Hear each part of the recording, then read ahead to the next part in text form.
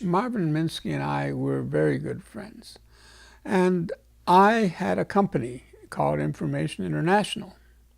And Marvin ran the AI lab at MIT. So we had an informal pact and a deal, which got implemented about at least a dozen times. One of Marvin's students would get stuck. And he would be working and, on some thesis, AI thesis typically, and he would get stuck, which was very common. Marvin felt that when a person was stuck, you shouldn't berate them and you shouldn't push them and so on. You should change something. So the standard change would be he would tell them, go to work at Information International for a while, my company, and I would hire them.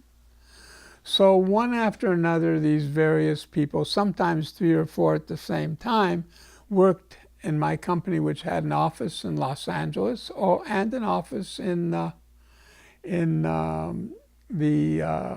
right near MIT in Cambridge. We had 2 offices. Okay. So some of the experiences were kind of amazing. One of the best students Marvin ever had was a guy named Martin. I don't remember his first name right now. And Martin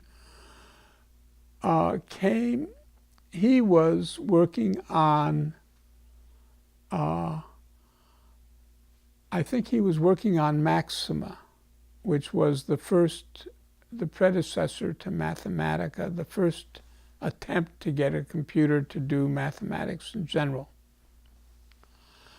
And so Marvin, he got into trouble, but the trouble is he was working so hard, he stopped producing, And so Marvin told me to hire him temporarily, so I hired him and sent him out to Los Angeles and gave him a job to do there.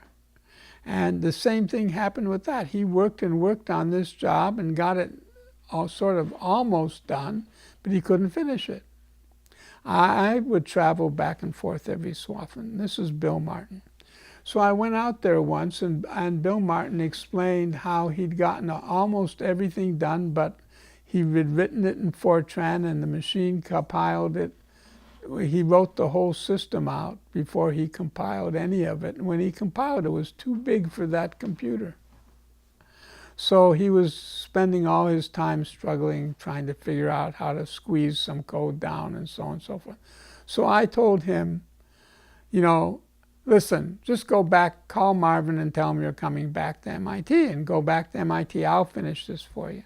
Because he had done such a great job of everything.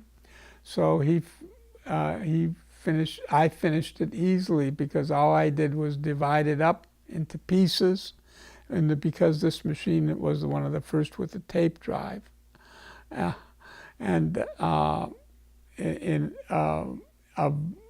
the film readers with a tape drive. So this was a job we were doing for the Atomic Energy Agency and for the Lawrence Radiation Lab.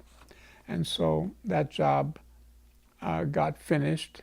They called this machine the eyeball or something like that. And it was used to analyze the results of all the nuclear tests that were being done underground. It worked like a charm. And so that's an example of this role. And I would say there's 7 or 8 other senior graduate students who got transferred by Marvin to Information International for a period of time, and then they went back to MIT and finished.